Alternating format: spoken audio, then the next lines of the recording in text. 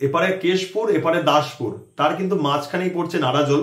আর অবশ্যই কিন্তু অসাধারণ ভাবে ডিজে সার্জেন বাজাবে, কেননা একটা সংকেত দেবে যে ডিজে সার্জেন কেমন। বাঁকুড়া ও বিষ্ণুপুর থেকে যারা আসতে চাইছেন তারা কিভাবে আসবেন, বাইপাস রাস্তা ধরে দীঘা থেকে যেতে চাইছেন তারা কিভাবে যাবেন। ডায়মন্ড হারবার থেকে নারাজলের দূরত্ব প্রায় অনেক কিলোমিটার।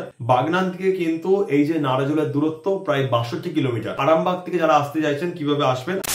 নমস্কার বন্ধুরা, আমি প্রভাত চলে এসেছি নতুন একটি ভিডিও নিয়ে। তো আজকের বন্ধুরা বিগ আপডেট রয়েছে। ডিজে সার্জেন কিন্তু আসছে পশ্চিম মেদিনীপুরে কিন্তু আসছে কালী পুজো ও শীতলা পুজো উপলক্ষে। তো সেই জায়গার নাম কিন্তু আপনারা অনেকেই জানেন, সেই জায়গার নাম রয়েছে নারাজল আমডাংরা। কালী পুজো শীতলা পুজো উপলক্ষে এই ডিজে সার্জেন আসছে। তো বিশাল বড় কিন্তু আপডেট রয়েছে, সেখানে আপনারা আসবেন কিভাবে, তো সেই জায়গার নাম কিন্তু আমি বলে দিলাম, কিন্তু সেই স্থানে আসবেন কিভাবে, সেখানে কেমন রূপে ডিজে সার্জেন আসছে এবং হচ্ছে ছখানা জায়গার নাম বলবো, সেই ছখানা জায়গা থেকে আপনারা কিভাবে যাবেন সবকিছু তথ্য কিন্তু আপনাদের মাঝে দেওয়ার চেষ্টা করব। আর অবশ্যই বন্ধুরা ছখানা জায়গার নাম যে বলবো সেই জায়গা থেকে কারা কারা ভিডিও দেখছেন সেটা কিন্তু অবশ্যই কমেন্ট করে আমাকে জানাবেন। তো প্রথমে বন্ধুরা সংক্ষিপ্ত একটা আমি কথা বলে রাখি, হয়তো আপনারা অনেকে শুনতে চাইবেন বা অনেকে স্কিপ করে চলে যাবেন, তো আমি কিন্তু বলি এটা কিন্তু আমার মনের কথা। তো আমি কিন্তু এর আগে থেকেই নারাজল যে কথাটা, সেই নারাজলে কিন্তু রাজবাড়ি রয়েছে। তো তার জন্য কিন্তু আমার বিশেষ করে খুব শখ ব্লগ বানানোর। তার জন্য কিন্তু কি করি, বিভিন্ন জায়গা যেগুলো রয়েছে মানে ঐতিহ্যবাহী যে জায়গাগুলো রয়েছে বা হচ্ছে অনেক ইতিহাস বহন করে সেই জায়গাগুলো যেগুলো রয়েছে সেখানে কিন্তু আমি প্রায় সময় কিন্তু পিন করে রাখি ম্যাপেতে। তো আমি কোনো কারণবশত আমি ইউটিউবে ভিডিও দেখেছিলাম, সেখানে নারাজলের রাজবাড়ির উল্লেখ পেয়েছিলাম। আমি কোনো সময় ম্যাপ খুলে কিন্তু সেই জায়গা পিন করে রেখেছিলাম। হঠাৎ করে জানতে পারলাম যে নারাজলে কিন্তু আসছে ডিজে সার্জেন। তো তার জন্য কিন্তু আমি একটু সার্চ করতে গেলাম যে নারাজলটা কোথায়, তারপরে যে দেখতে পেলাম সেই জায়গা কিন্তু অলরেডি আমি পিন করে রেখেছি। তো খুবই ভালো লাগলো, সেই জায়গায় আমি যাচ্ছি, সেখানে কিন্তু রাজবাড়ি রয়েছে। আর অবশ্যই আমি পারলে সেই রাজবাড়ির ভিডিও আপনাদের ব্লগের মাধ্যমে ফুটে তোলার চেষ্টা করবো। হয়তো আমার এই যে বক্সের চ্যানেলে নাও পেতে পারেন, আমার যে ব্লগ চ্যানেল রয়েছে দীপ এবং মহারাজ, ওখানে অবশ্যই আপনারা পেয়ে যাবেন। চেষ্টা করব যদি আমি সময় পাই অবশ্যই কিন্তু ভিডিও ফুটে তোলার চেষ্টা করব। আর নারাজল অবশ্যই খুব সুন্দর জায়গা, কেননা সেখান থেকে কিন্তু আমার অনেক সাবস্ক্রাইবার দাদা ভাইরা রয়েছে, অনেকে কিন্তু রিকোয়েস্ট করেছে আসার জন্য, খুবই ইচ্ছা ছিল। আর এর আগে কিন্তু একবার গিয়েছিলাম ডিজে সার্জেনের আওয়াজ শোনার জন্য, সেটা গিয়েছিলাম পাট্টামুন্ডিয়ায়। সেখানে কিন্তু আমি আওয়াজ শুনতে পারিনি, সেখানে পাওয়ার মিউজিকের যে সামান্য ওই 1 মিনিট বা 2 মিনিটের মতো টেস্টিং থেকে চলে আসতে হয়েছিল উড়িষ্যার পাট্টামুন্ডিয়া থেকে। ডিজে সার্জেনের তো আওয়াজ শোনাই হয়নি, খুবই খারাপ লেগেছিল। তো এরপরে কিন্তু এবার আওয়াজ শুনতে পাবো পশ্চিম মেদিনীপুরে নারাজলে। এই যে নারাজল পড়ছে কিন্তু কোথায়, এই নারাজল কিন্তু পড়ছে পশ্চিম মেদিনীপুর, এপারে কেশপুর এপারে দাসপুর, তার কিন্তু মাঝখানেই পড়ছে নারাজল। তো খুব সুন্দর জায়গা। আর নারাজল যে বাস স্টপেজ রয়েছে সেখান থেকে কিন্তু 1.5 কিলোমিটারের মধ্যেই রয়েছে এই যে মন্দিরটি, আমডাংরা কালী ও শীতলা মন্দির। তো সেখানেই আসছি ডিজে সার্জেন। আর সেখানে কিন্তু আগের বছর এসেছিল এমটি মিউজিক নন্দকুমার থেকে। তো সেখানে কিন্তু নন্দকুমারের এমটি মিউজিক গিয়েছিল আগের বছর, কিন্তু অনেকগুলো বক্স নিয়ে গিয়েছিল। তো বুঝতে পারছেন ডিজে সার্জেনেরও কিন্তু অনেকগুলো সেখানে বক্স থাকবে। 4 তারিখে মনে হচ্ছে বক্সটা চলে আসতে পারে, 5 তারিখে সারাদিন হয়তো বাঁধা হবে, আর 5 তারিখে হয়তো সন্ধ্যার দিকে টেস্টিং হতেই পারে। মেন যে ভাড়া রয়েছে 6, 7, 8 শুক্র শনি রবি 3 দিন বক্সটা বাজবে।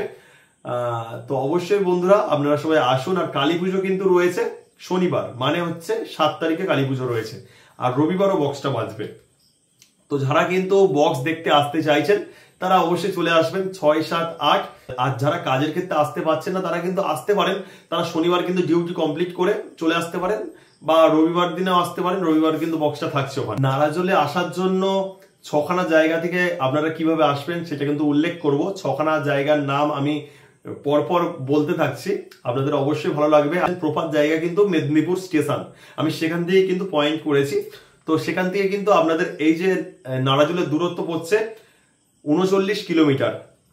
তো এখানে আপনারা ডাইরেক্ট বাস পেয়ে যাচ্ছেন, মেদিনীপুর থেকে ডাইরেক্ট বাস পেয়ে যাবেন। সেই বাস ধরে আপনাদের চলে আসতে হবে নারাজল বাস স্টপে, সেখানে আপনারা চলে আসতে পারবেন। আর সেখান থেকে হাঁটা পথে অবশ্যই বন্ধুরা মন্দির রয়েছে, সেখানে চলে যেতে পারবেন। আর তারপরে কিন্তু রয়েছে বাঁকুড়া ও বিষ্ণুপুর থেকে যারা আসতে চাইছেন তারা কিভাবে আসবেন। তো বলে রাখি বন্ধুরা, বাঁকুড়া থেকে দূরত্ব প্রায় কিন্তু 112 কিলোমিটার। এই জেলা থেকে যারা আসতে চাইছেন তারা কিভাবে আসবেন, আমি বাঁকুড়া থেকেই পয়েন্ট করছি। বাঁকুড়া থেকে আপনারা ট্রেনে করে চলে আসতে পারেন মেদিনীপুর, আর অবশ্যই বললাম মেদিনীপুর থেকে আপনারা বাস পেয়ে যাচ্ছেন, নারাজলে চলে যেতে পারবেন। আর যারা বাইক নিয়ে চলে আসতে চাইছেন, যারা ট্রেনের মাধ্যমে আসতে চাইছেন না, বাইক নিয়ে আসছেন, তারা অবশ্যই আসতে পারবেন। তারা অবশ্যই আসবেন কিভাবে, বাঁকুড়া থেকে বিষ্ণুপুর, বিষ্ণুপুর থেকে চলে আসবেন গড়বেতা, গড়বেতার কিছুটা আসলেই রয়েছে রসকুঞ্জু। তো রসকুঞ্জু থেকে কিন্তু বাইপাস রাস্তা রয়েছে চন্দ্রকোনা টাউন, তো সেখান দিয়ে কিন্তু আবার আপনাদের আসতে হবে কেশপুর হয়ে চলে আসতে পারবেন, বা ওখান থেকে আরো কিন্তু শর্টকাট রাস্তা রয়েছে, একটু ম্যাপে দেখে নেবেন, আপনারা চলে আসতে পারবেন। তারপরেই কিন্তু রয়েছে আরামবাগ। তো আরামবাগ থেকে যারা আসতে চাইছেন কিভাবে আসবেন, আরামবাগে কিন্তু প্রচুর আমার সাবস্ক্রাইবার দাদা ভাইরা রয়েছেন এবং ওখানে অনেক বক্স লাভার রয়েছে, ওখানে কিন্তু বড় বড় সেটআপও কিন্তু আসে। তো বন্ধুরা, আরামবাগ থেকে যারা আসতে চাইছেন তারা কিন্তু খুব সহজে আসতে পারবেন।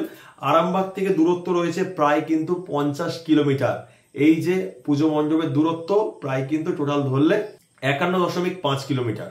আরামবাগ থেকে যারা আসতে চাইছেন তারা কিভাবে আসবেন, আরামবাগ থেকে চলে আসবেন ঘাটাল, আর ঘাটাল থেকে কিন্তু আপনারা বাস ধরে নেবেন, যে বাসটি কিন্তু মেদিনীপুর যাচ্ছে সেই বাস আপনাকে নামিয়ে দেবে কিন্তু নারাজল বাস স্টপেজে। তো অবশ্যই বন্ধুরা বুঝতে পারছেন, যেটা কিন্তু দাসপুর বকুলতলা হয়ে প্রবেশ করবে। তারপরেই কিন্তু রয়েছে বন্ধুরা প্রিয় জায়গা, যেখানে কিন্তু কিছুদিন আগে জগন্নাথ ধাম বানানো হয়েছে দীঘাতে। তো সেই দীঘা নিয়েই বলবো, দীঘা থেকে যারা আসতে চাইছেন তারা কিভাবে আসবেন।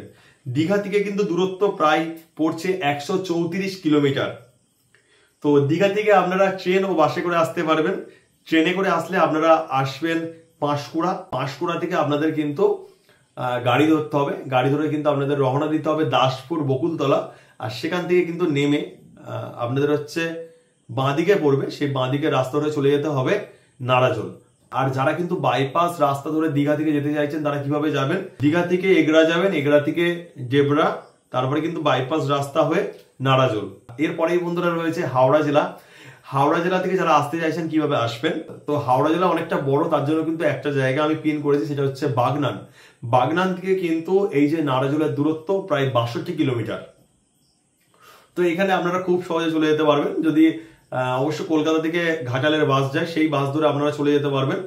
আর সেই বাস ধরে আপনাদের চলে যেতে হবে দাসপুর বকুলতলা, আর সেখান থেকে কিন্তু আবার 18 কিলোমিটার রাস্তা রয়েছে নারাজলে যাওয়ার জন্য।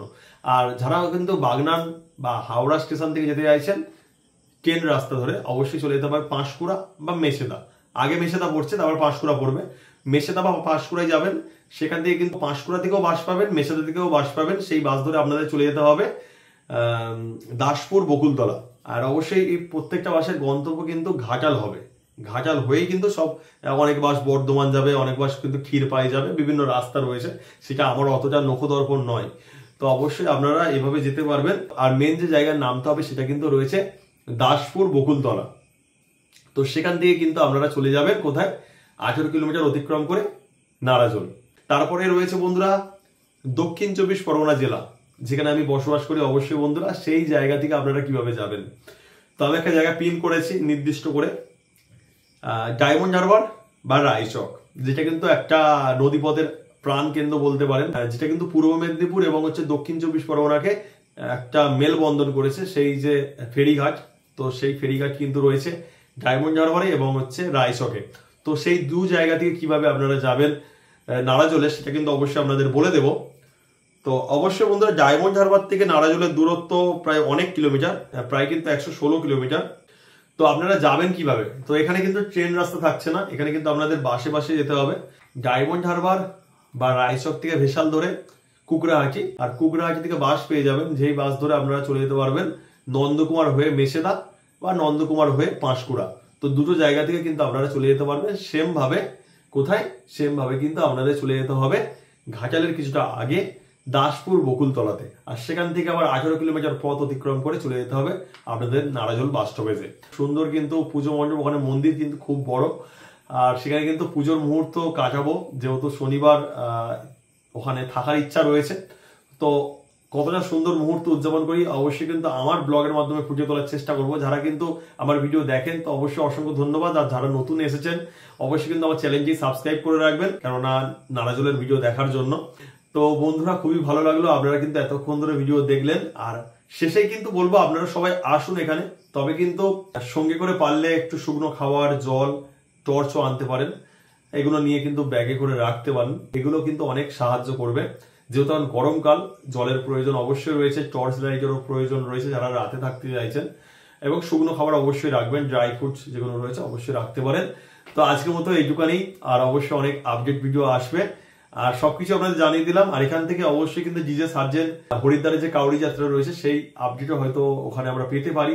আর অবশ্যই কিন্তু অসাধারণভাবে জিজে সার্জেন বাজাবে, কেননা হচ্ছে সেখান থেকে কিন্তু একটা সংকেত দেবে যে ডিজে সার্জেন কেমন। এমনি অবশ্যই দেয় সংকেত, তবে কিন্তু আরো ভালো সংকেত দেওয়ার চেষ্টা করবে, কেননা সামনেই কিন্তু শ্রাবণ মাসে জল ঢালা প্রোগ্রাম রয়েছে, এটা কিন্তু রয়েছে হরিদ্বারে। তো সেখানে ডিজে সার্জেন যাবে, এটা অবশ্যই কনফার্ম। আর পাওয়ার মিউজিকে যাচ্ছে। এই আপডেট গুলো নিয়ে কিন্তু ভিডিও আসবে, কি কি সেটআপ থাকছে সেটা কনফার্ম হয়ে যাওয়ার পরে চেষ্টা করবো ভিডিও আনার জন্য।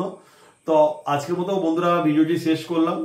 সবাই ভালো থাকবেন, আর যারা কিন্তু শেষ পর্যন্ত দেখলেন খুবই ভালো লাগলো।